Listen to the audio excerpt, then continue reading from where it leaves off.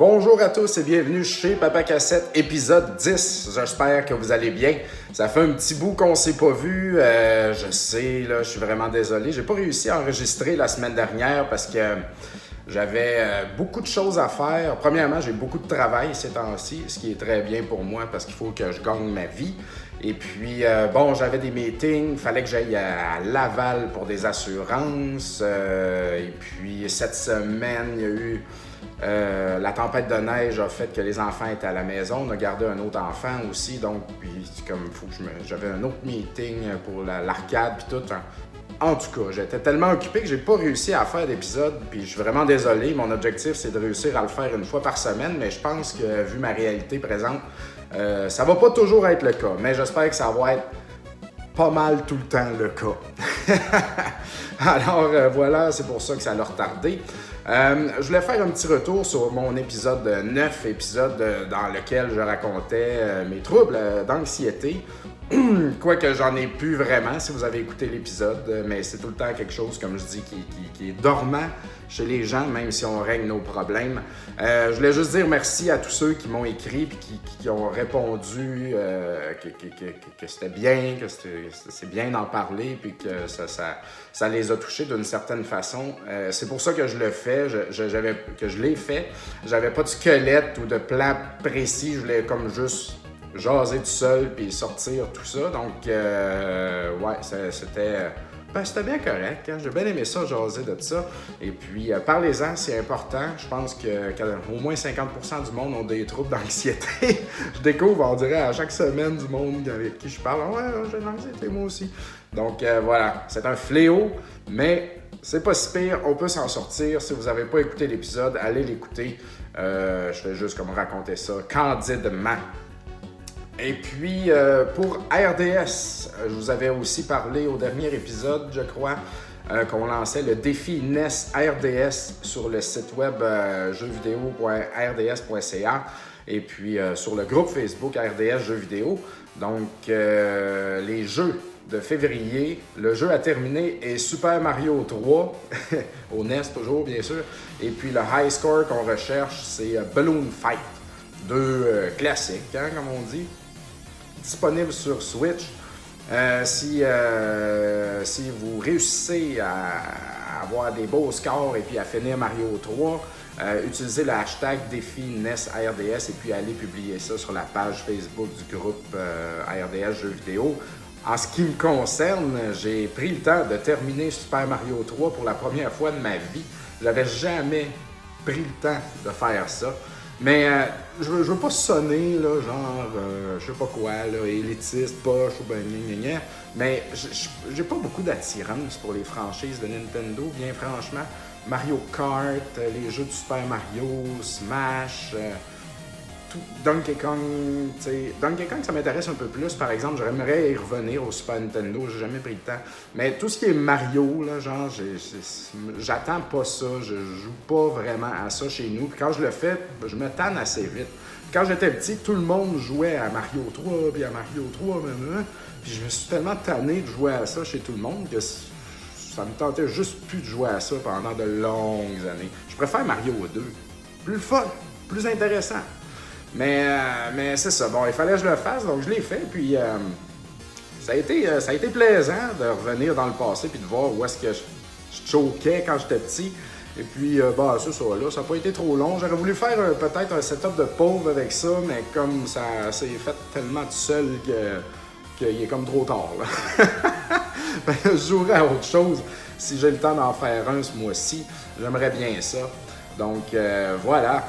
Je vais essayer de faire ça vite aujourd'hui. Je manque un petit peu de temps, comme je vous ai déjà dit. Puis, j'ai des questions à répondre plus tard. Puis, je veux que ça fasse un bel épisode condensé, là, tu sais. Alors, chronique Arcade Montréal. Il va se passer beaucoup de choses chez Arcade Montréal prochainement. Aujourd'hui, on est le 15 février, vendredi le 15 février. Prochain événement, la Nuit Blanche, le 2 mars prochain. Nous, on est dans le quartier latin et puis on fait partie de la zone qu'on peut faire une demande d'extension de permis d'alcool. Donc, on va être ouvert samedi le 2 mars jusqu'à 6 h du matin. Ça fait 3 ans qu'Arcade Montréal existe. La première année, on l'a fait. La deuxième année, personne ne l'a fait parce que les permis, on n'a pas passé, la ville n'a pas voulu. Puis là, la ville a voulu cette année encore. Et puis quand on a fait ça la première année, ça a été genre la soirée la plus payante puis la plus big avec le plus de monde qu'on a eu de toute l'histoire du bar. Donc moi, j'étais... Le monde, ils viennent-tu boire à 4 h du matin, 5 h du matin? Ben, on dirait que oui. C'est moi qui est vieux, je pense. Je suis comme, OK, go, allez-y. C'est merveilleux. Moi, j'ai plus cette force-là, mais beaucoup de monde passe la nuit blanche pour vrai. Alors, venez faire un tour. Ça va être le party jusqu'à 6 h du matin. Puis, ben du plaisir à avoir là. Et puis... ensuite, on essaie quelque chose de nouveau. Mardi, le 5 mars, à tous les premiers mardis du mois, on va faire les soirées Arcade Montréal. Quel jeu de mots désopilant. Et puis, il y a une page Facebook, allez voir ça, HAHARCADENTL. Et puis, c'est un de nos employés, Francis Legendre, qui gère ça avec son collègue Alex. Et puis, moi, je connais rien là-dedans, les soirées d'humour, mais ça fait longtemps que ça me trottait en tête. Puis, eux, ils sont là-dedans, c'est des humoristes de la relève, dans le fond. Donc, il y a des soirées d'humour un peu partout en ville. Ils savent comment ça marche, connaissent du monde. Et puis, comme nous, on fournit l'espace, le visuel et puis le backup des médias sociaux. Puis eux, ben, ils font leur party. Et puis, déjà, la réponse a été très bonne. En 2 jours, on a quasiment 500 likes déjà sur la page, sur cette page Facebook-là. Et puis, d'après les gars, les organisateurs, on a déjà comme 20-25 demandes là, pour des humoristes qui veulent être présents. Alors voilà, ça va se passer dans le fond. La façon que ça se passe, c'est mardi. Le show commence à 8 h, se termine à 10 h pendant le spectacle. Les gens, il va y avoir 5 humoristes de la shot, 5-6, animation et tout au travers. Et puis, on ferme les machines pendant le spectacle et puis on les réouvre après. Le prix d'entrée reste le même, 7 $. Le spécial étudiant est en vigueur, 5$ l'entrée, puis on te donne une pinte de Mario Bros. Et puis, sinon, la Mario Bros, Gin Tonic et Rum & Coke, 5$ sur la soirée. Donc, des rires, des arcades, de la bière pas chère, un beau mardi soir pour faire le party. Moi, je trouve ça bien gagnant. Et puis, d'après la réaction sur Internet, je pense que ça va très bien marcher. Alors, on se voit là pour la première le mardi 5 mars. Ensuite, Arcade Montréal va avoir 1 an le 1er avril, mais on va fêter ça vendredi le 22 mars parce qu'on essaie d'avoir des humoristes justement pour le 3e anniversaire, des gens qu'on connaît. Je voulais avoir Sébastien Dubé, des Denis Drolet, Mike Ward, puis Jean-Thomas Jobin. Puis on n'a pas réussi à synchroniser ce monde-là. Ils sont en spectacle et tout, mais il y a comme Jean-Thomas qu'on a réussi à avoir. Puis il est juste disponible cette date-là. Les autres sont genre pas disponibles du tout. Donc on va faire quelque chose le 22 mars, vendredi le 22 mars pour notre 3e anniversaire avec Jean-Thomas. Il a dit qu'il voulait jouer à RC Pro-Am ou Blades of Steel. Donc peut-être faire un tournoi, il va peut-être animer, je sais pas. Il faut que je communique avec lui pour qu'on voit qu'est-ce qu'on fait. Alors, surveillez la page Facebook. Je veux je veux lui parler, créer et publier l'événement Facebook le plus rapidement possible pour qu'il y ait le plus de monde possible. On va travailler là-dessus. Donc, 3e anniversaire. Puis j'en profite pour dire merci à tout le monde qui sont venus au moins une fois et puis qui fréquentent. Puis ceux qui fréquentent la place régulièrement, je suis très heureux du succès d'Arcade Montréal. Je suis comme surpris, là. Je suis comme, yeah, on fait bien les choses, faut croire. Je sais pas c'est quoi la durée de vie, là. Il y a comme, je pense que c'est 7 ans, genre, un bar ou quelque chose de même. J'aimerais vraiment qu'on réussisse à passer un long gap, là, tu sais. Et puis, on travaille fort pour que ça reste tight et puis que ça soit le fun. D'ailleurs, il y a des nouvelles arcades qui vont... Je vous dis ça en primeur, là. Ceux qui ont suivi mon projet d'Arcade Montréal avant que ce soit un bar... quand j'étais au tout début, après les soirées Funzo, j'ai loué un petit local sur Frontenac et puis je faisais les soirées là. Puis au tout début, on a eu comme première machine Killer Instinct. Et puis après ça, on a eu d'autres machines avec le temps. 1 an plus tard, on a déménagé ça dans un loft industriel sur la rue Moreau. Et puis on avait toujours la Killer Instinct, mais comme personne jouait, tu sais. Donc on s'est dit, ben on va la vendre puis on va récupérer cet argent-là pour acheter une autre machine qui risque d'être plus populaire. Mais j'ai tout le temps comme regretté d'avoir vendu cette machine-là parce que c'est un bel appareil, tu sais, même si les gens ne jouent pas nécessairement, c'est beau sur le plancher.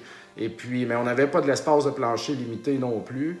Mais toujours est-il que là, après ça, on a ouvert Arcade Montréal, puis tout, puis on nous demande de temps en temps si on a Killer Instinct sur place.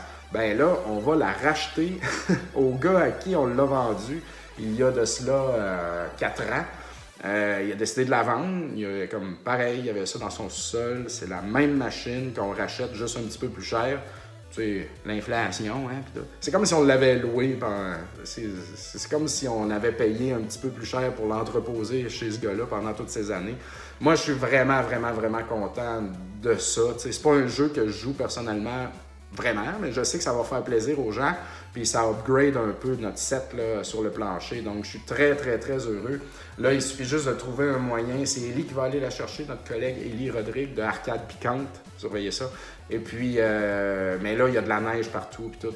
Je sais pas ça va être quand, mais aussi quand elle va rentrer, Élie va ramener Terminator 2, qui est en réparation depuis des mois et des mois et des mois. Elle est prête, on la remet sur le plancher, donc deux beaux projets là, qui reviennent, 2 projets de cœur là, qui reviennent sur le plancher Arcade Montréal. Dernière chose pour Arcade Montréal, le 11 avril, jeudi, le 11 avril, on fait une soirée de lutte. On va avoir des billets pour SmackDown et ou Raw, je ne sais pas encore, là, qui a lieu le lundi d'après au Centre Bell. À chaque année, Evenco communique avec nous parce qu'ils veulent qu'on donne des billets de lutte, puis nous autres, ça nous fait plaisir. On aime ça, la lutte. Et puis, mais là, on faisait des petits tournois de lutte, tout ça, mais ça lève jamais tant que ça, les tournois de lutte. Donc là, on veut faire une soirée projection de vieilles luttes. Genre, écoutez, vieux Royal Rumble, vieux Survivor Series ou WrestleMania, n'importe quoi. Des affaires le fun, là, avec le Ultimate Warrior, là, puis Tatanka, puis Undertaker, tout ça.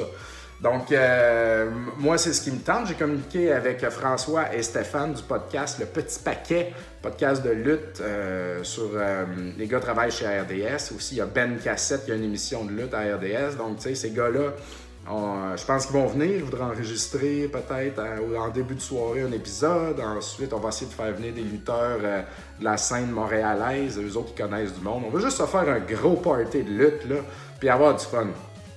Donc, on va peut-être faire un petit tournoi sur le side aussi de Pro Wrestling ou No Mercy au 64, je sais pas.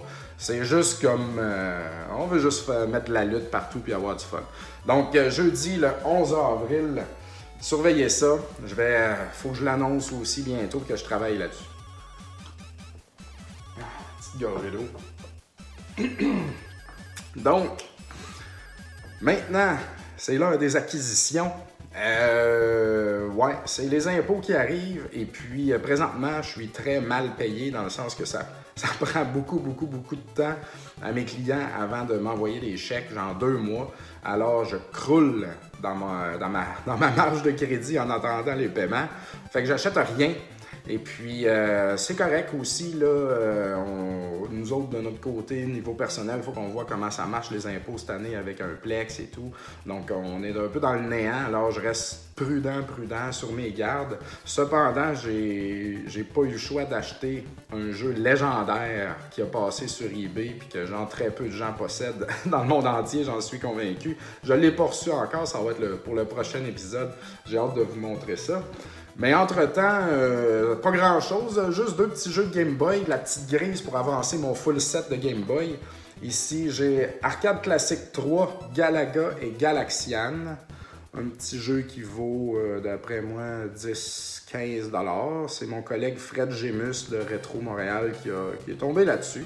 Le cart est très très propre et puis fonctionne sur le Super Game Boy et Enhanced pour le Super Game Boy.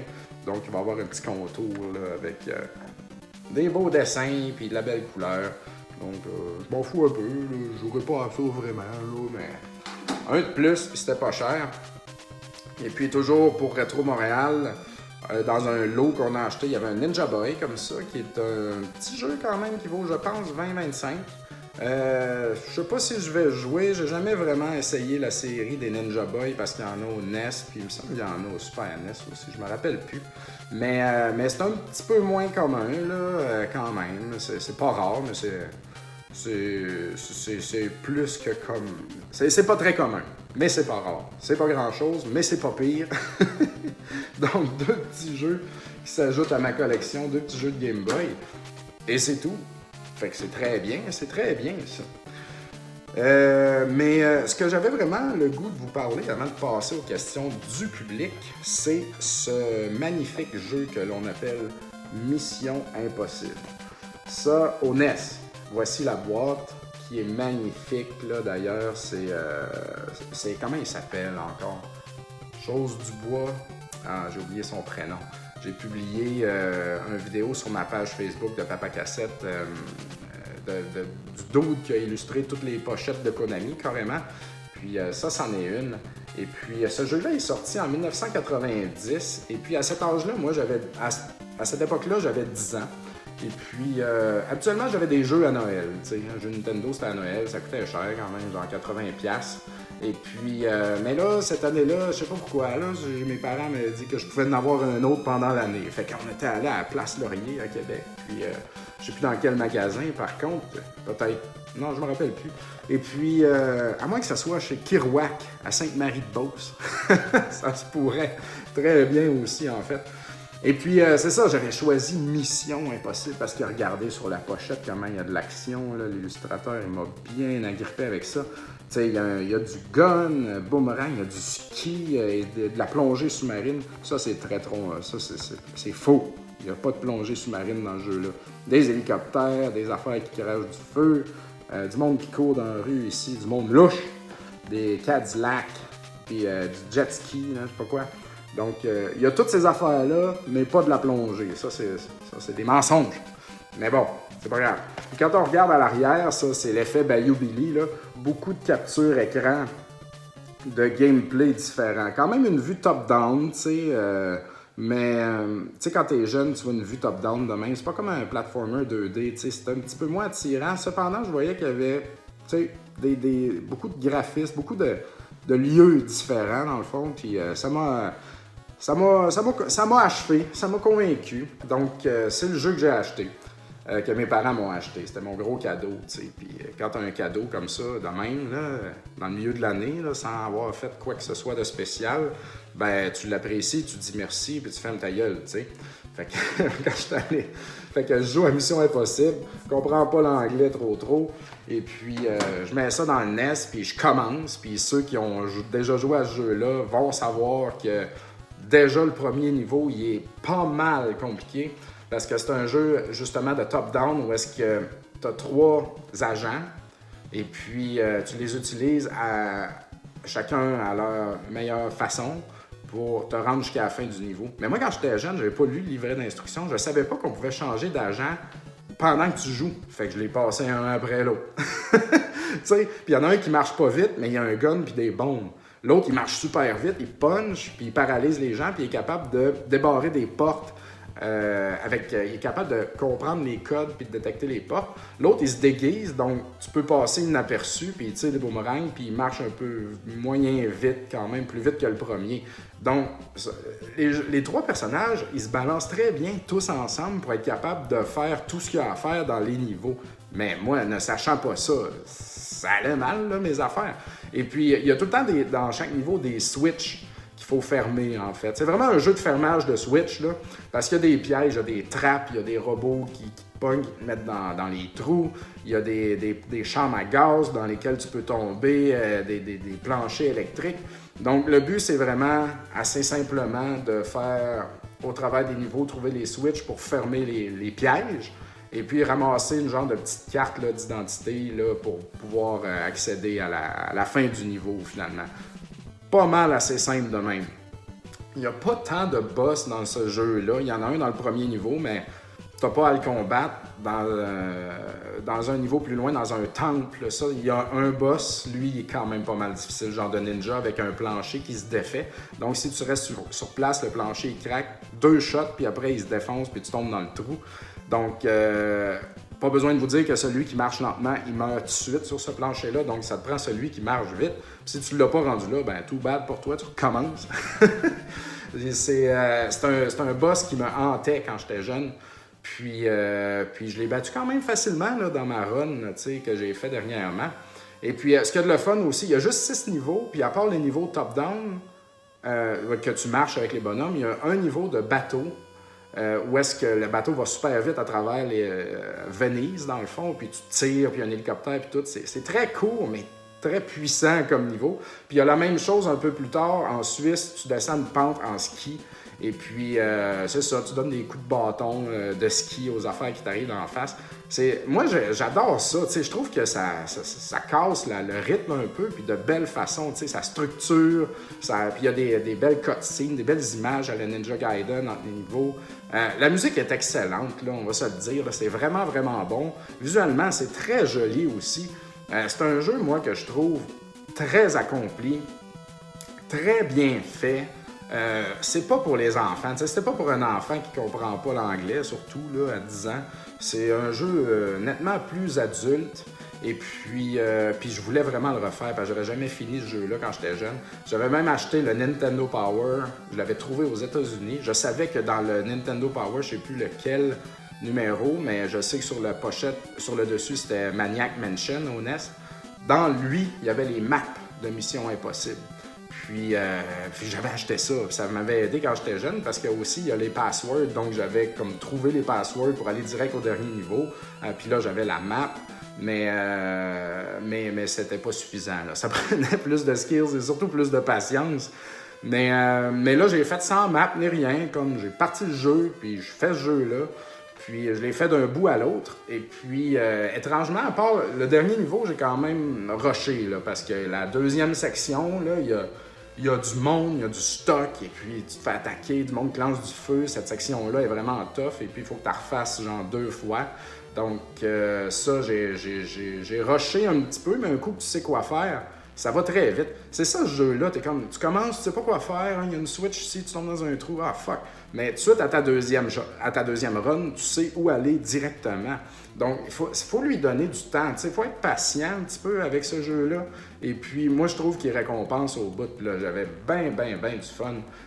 Pour ceux qui aiment Metal Gear au NES, moi, j'ai trouvé que Metal Gear, il est comme brisé un peu, ce jeu-là. Là. Surtout le bout où est-ce que tu es dans la jungle et puis il faut que tu fasses un pattern précis pour que la porte, comme que tu arrives quelque part. Ça, là, c'est dégueulasse. T'sais. Il n'y a pas de ça dans Mission Impossible. Il y a du stealth, où est-ce qu'il faut pas que tu te fasses voir, puis c'est mieux de jamais te faire voir, mais en même temps, t'as comme pas le choix, là, t'sais.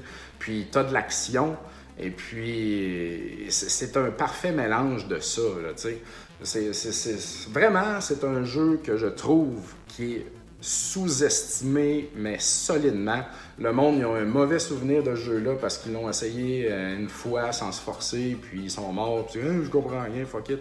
C'est pas compliqué, c'est pas si long, et puis le premier niveau, il est très long. C'est le plus long, là, dans le fond. Là. Donc, il faut juste pas se décourager, là. C'est quand même assez simple. C'est un jeu genre qui vaut 10$.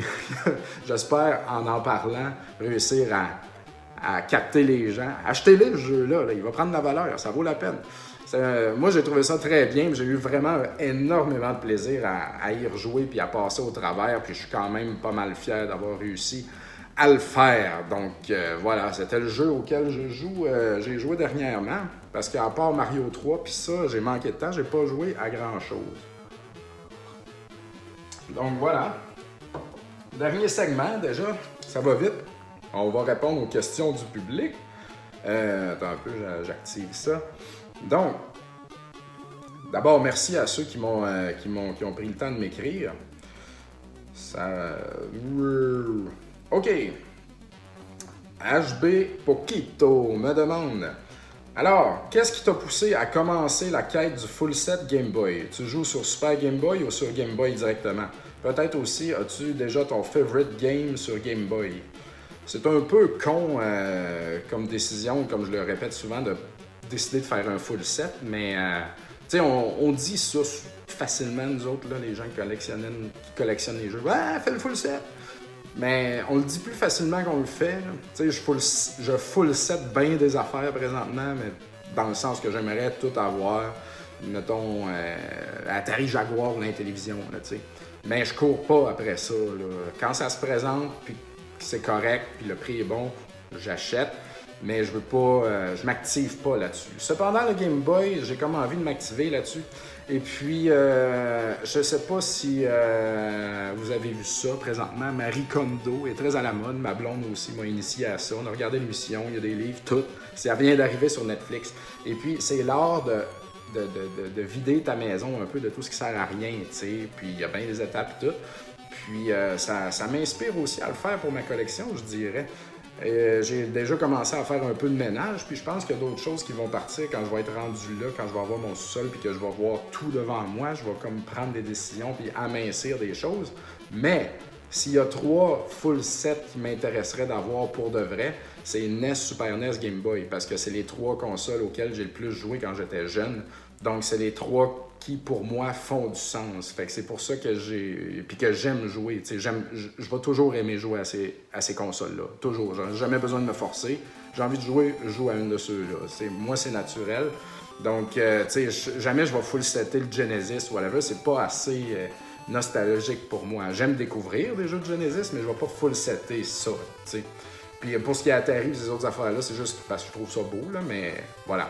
Mais c'est con. Mais le Game Boy, ça fait du sens. Hein? Ben, c'est con aussi parce que ça coûte cher.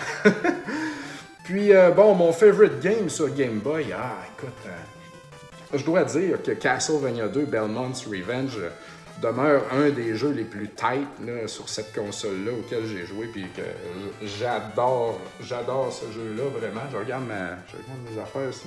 Mais j'ai découvert plein de petits jeux le fun, là, tu sais, mais dans Castlevania 2, dans mes tops.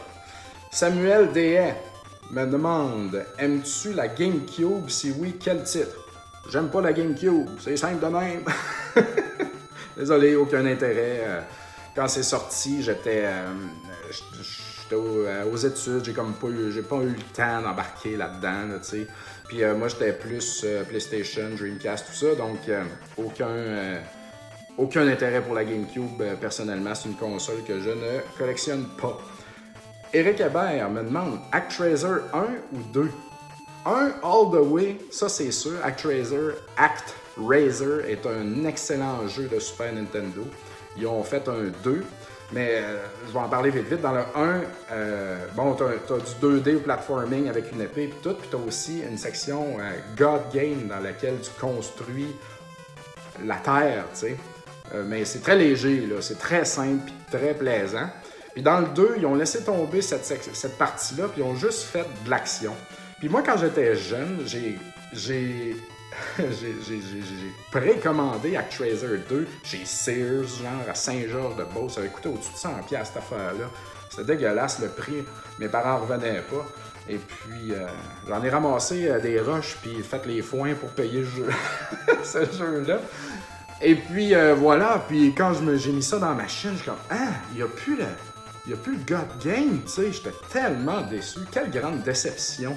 Ça reste une des grandes déceptions de toute l'histoire des jeux vidéo, pour moi, que ActRaiser 2 n'ait pas la section de God Game. Cependant, j'y ai rejoué l'année dernière, encore une fois, en voulant défier mon enfance. J'ai dit: hey, j'ai jamais réussi à finir ce jeu-là, puis je le possédais, puis je l'avais payé cher. Ben là, je l'ai fini, et j'ai réussi, puis j'ai eu du plaisir, pour vrai. Encore une fois, c'est un jeu qu'il faut lui donner du temps, mais c'est un jeu magnifique, et puis une soundtrack de feu là-dedans, les amis. C'est un jeu que j'ai appris à aimer en y rejouant en étant adulte. Marvin Wayne me demande: fan de Power Rangers? Si oui, ton jeu préféré? Soundtrack de l'original au Super NES égale un cœur. Donc lui, il aime beaucoup le soundtrack de l'original au Super NES. Je suis pas spécialement fan de Power Rangers. Je suis pas anti-Power Rangers. Je connais pas les Power Rangers, malheureusement.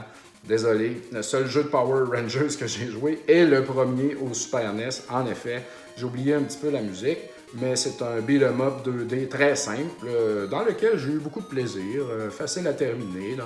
Bon petit jeu, mais j'ai pas... je sais que l'Action Movie aussi, je l'ai au Super NES, mais j'ai même pas joué, donc je suis pas beaucoup là-dedans. Désolé, mon Marvin.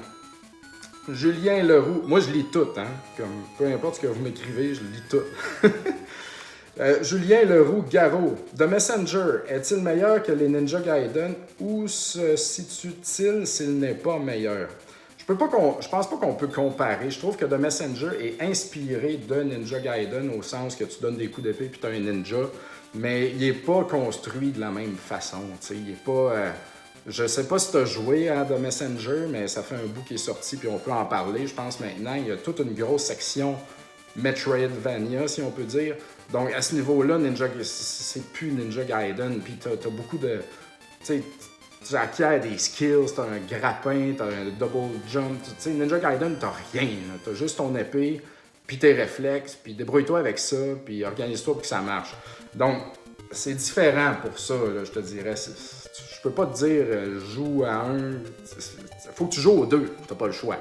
Mais moi, pour les Ninja Gaiden, en ce qui me concerne, j'ai jamais joué au Ninja Gaiden 3D. Tu sais, ceux-là qui sont sortis sur Xbox, PlayStation, tout ça. Le seul 3D que j'ai joué, c'est celui sur DS, Dragon Sword, et puis j'ai beaucoup aimé ce jeu-là. Tu tiens ton DS comme un livre ouvert, là, tu sais. Je trouvais ça quand même pas mal cool. J'ai eu des très bons souvenirs à finir ce jeu-là. Sinon, les 3 au NES, je les adore. Dans l'ordre, je préfère le 3, ensuite le 2, ensuite le 1, parce que le 1 est un petit peu broken, là, on va se le dire.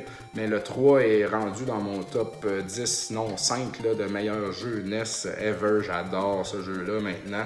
Puis The Messenger, ben, si tu écoutes le podcast Rétro Nouveau et puis que tu as lu mon article sur RDS, j'ai donné 10 sur 10. Là. Tant qu'à moi, c'est un jeu parfait. Et puis, j'ai adoré ça. François dit Cantine me demande, te considères-tu plus comme un joueur ou comme un collectionneur? Ça, c'est bien dur à dire, parce que j'ai pas beaucoup le temps de jouer. Je collectionne plus, dans le sens que, je sais pas, je gère ma collection. Je sais pas, je dirais que c'est à peu près égal, là, t'sais. Mais je pense qu'on peut dire que je joue, là, t'sais. Il y a peut-être du monde qui collectionne ou encore qui font le commerce des jeux vidéo puis qui collectionnent pas puis qui jouent pas. Moi, je fais tout, mais la source de toutes mes activités par rapport aux jeux vidéo, que ça soit d'ouvrir Arcade Montréal, de faire de la vente de jeux via Rétro Montréal, de faire le podcast Rétro Nouveau, d'écrire sur RDS ou de collectionner les jeux, la source, c'est mon amour des jeux rétro. S'il n'y avait pas ça, j'aurais aucun intérêt à comme pousser tous ces projets-là. Ça me rend heureux, moi, ça. Fait que ces projets-là découlent de moi, puis je veux que ça marche. Donc, mais présentement, je game pas autant que je voudrais. En même temps, j'ai de plus en plus de temps, mais comme ma tête est fatiguée, tu sais. Donc, il faut que ça soit des simples et efficaces. Benoît Parent, Ben Leness me demande, Atari 2600, on commence par quoi pour pas trouver ça plat? Simplement, je dirais de commencer par les jeux Activision. C'est tous des jeux de qualité, des excellents jeux. Les classiques Atari, là, Silver Label, tu sais, comme Miss Pac-Man, c'est très bon. Moi, j'aime beaucoup Phoenix aussi. Bien aimé ce jeu-là. Attends un peu que je regarde. Combat, Warlords, des excellents jeux en coop. Hero est considéré pas mal comme le top jeu 2600 par beaucoup de monde, dont Metal Jesus. Si vous voulez creuser un petit peu plus dans d'autres développeurs, US Games ont fait le jeu Egomania, qui est qui joue avec le paddle. Ça, c'est un jeu vraiment que j'aime beaucoup. Vous irez voir ça sur YouTube. Il y a plein de petits jeux fun, mais on va se le dire, jouer à l'Atari 2600, là, c'est des courtes séquences, c'est des games de 5-10 minutes. On a essayé toi aussi, c'est le fun, ok, on arrête ça, bye. Mais il y a plein de petits jeux qui sont bien corrects. Là. C'est pas, tu t'assois pas pour faire un long stretch. Là. Mais tu sais, comme commencer, là, tu te trompes jamais avec les jeux d'Activision. Julien Leroux-Garot, quel est ton meilleur jeu de baseball sur le NES? Perso, lui, c'est Tecmo Baseball. Moi, c'est Baseball Stars. Et puis, pour tout ce qu'on peut faire là-dedans, c'est un jeu immense pour le NES. Et puis, j'ai des beaux souvenirs de ça. J'ai joué pas mal. C'est un excellent jeu de baseball. J'ai jamais essayé le 2, par exemple. Marc Blouin me demande, approuves-tu les consoles RetroPie comme la Sumosys? Est-ce viable et honnête? Est-ce que ça rentre dans ta catégorie de collectionnable? Ben, je pense pas que les RetroPie soient des objets de collection, là, tant qu'à moi. Là. C'est comme des petites boîtes ordinateurs, ça.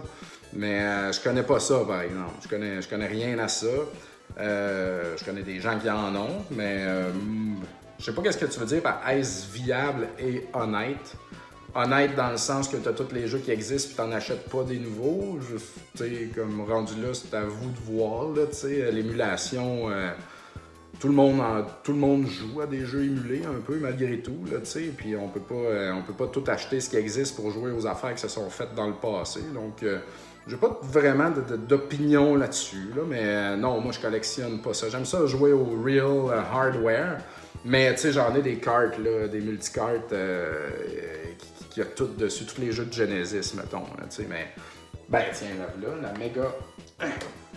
Je laisse un cadeau que j'ai eu la Mega EverDrive X5 qui a tous les jeux de Genesis et Sega Master System et 32X là-dessus. Et puis, ça m'empêche pas de collectionner les jeux de Genesis, mais c'est très pratique pour explorer. T'sais.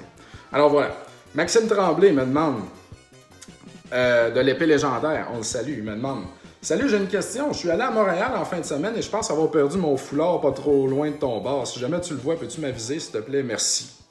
Il fait référence à un post Facebook que j'ai fait sur ma page personnelle où est-ce que je mentionne que je suis pas mal tanné que les gens écrivent à l'arcade en privé. Hey, j'ai perdu mon foulard, j'ai perdu mon bracelet, j'ai perdu ma carte, j'ai perdu mon portefeuille. C'est genre plusieurs par semaine, là, tu sais. Puis moi, je gère avec le staff. Avez-vous trouvé ça? Ouais, réponds au gars, va le chercher. Là, il faut que je trouve une façon, là, de plus avoir à gérer ça, là. Je pense qu'on va mettre une boîte dans le vestiaire, puis tout ce qui traîne, on va le pitcher là-dedans, puis je vais dire aux gens, allez vérifier la boîte dans nos heures ouvrables. Je sais pas, mais je suis comme tanné là, de gérer ça. Ça prend vraiment du temps. À un moment donné, là, à force d'intervenir, d'avoir du monde qui te parle, là, j'ai comme plus de patience là, pour ça. Là. Je suis trop occupé. Là, faut que je règle ça. Michael Larouche me demande si tu faisais ta propre console de tes rêves, elle ressemblerait à quoi? J'y ai répondu à la blague que ça ressemblerait à l'Amico. J'avais tellement hâte que ça sorte dans moins d'1 an. Mais vos consoles de mes rêves, je sais pas, là, c'est assez vague comme question ça, Michel. Mais j'aime un bel objet. Tu sais, mettons la Wii, là, je trouve que c'est un beau bloc. Ça, j'aime ça. J'aime les choses épurées, simples. J'aime pas ça trop gogos, là, tu sais. J'aime ça des lignes fines, design épuré, fashion. Tu sais, ça me plaît, là. Simon Lahaye, pour poursuivre dans le 2600, la compilation sortie sur Switch est-elle intéressante pour quelqu'un qui ne connaît pas beaucoup le Atari 2600? C'est une bonne question et je vais avoir ce jeu-là bientôt à la prochaine réunion du CCJVQ qui a lieu le 23 février. On a fait un groupe buy de EB Games, de GameStop en fait, aux États-Unis parce que ce jeu-là n'est pas disponible au Canada. Alors, je vais avoir ça, puis on va voir, mais tu sais, mettons que tu l'achètes puis tu le fais shipper ici et tout, tu sais, ça coûte peut-être un petit peu cher là, pour le plaisir que tu vas en retirer, là, je dirais. Moi, c'est purement une thème de collection. J'achète ça juste pour ça. Sinon, je joue sur ma console avec mon EverDrive. Mais je collectionne aussi l'Atari, bien sûr. Je peux pas te dire, Simon, je vais pouvoir le dire quand je vais le voir. Ce que je peux dire, par contre, c'est que les compilations genre Atari Anthology, comme au PS2, tout ça, j'ai trouvé ça plate, dégueulasse. J'ai pas aimé ça, pas en tout. J'ai nettement préféré Intellivision Lives, si vous cherchez à jouer à des vieilles affaires.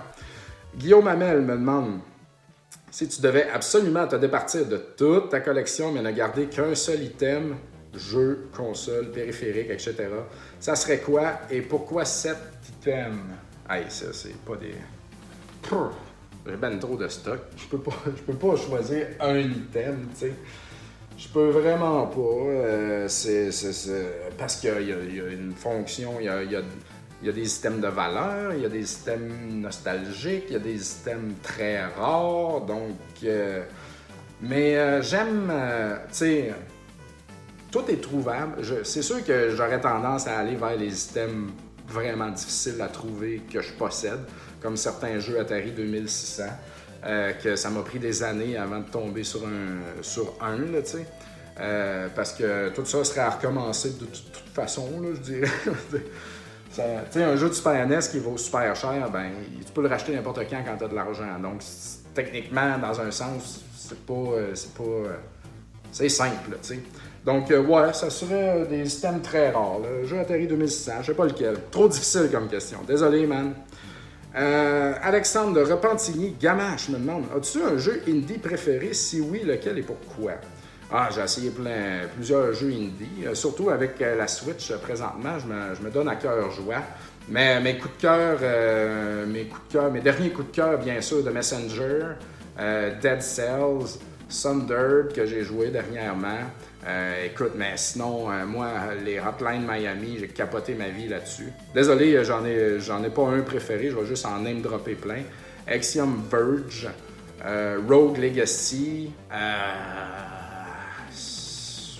c'est ce qui me vient en tête là, pour l'instant, vite, là, dans ce que j'ai joué. Ah, Game Dev Story sur iOS, capoté, ben raide là-dessus. Moi, j'ai tellement joué à ça. C'était vraiment bien. Est-ce que les Shantae sont considérés comme des jeux indie? Si oui, ben j'aime beaucoup la série Shantae. Et puis, je surveille Bloodstain qui va sortir bientôt, Ritual of the Night.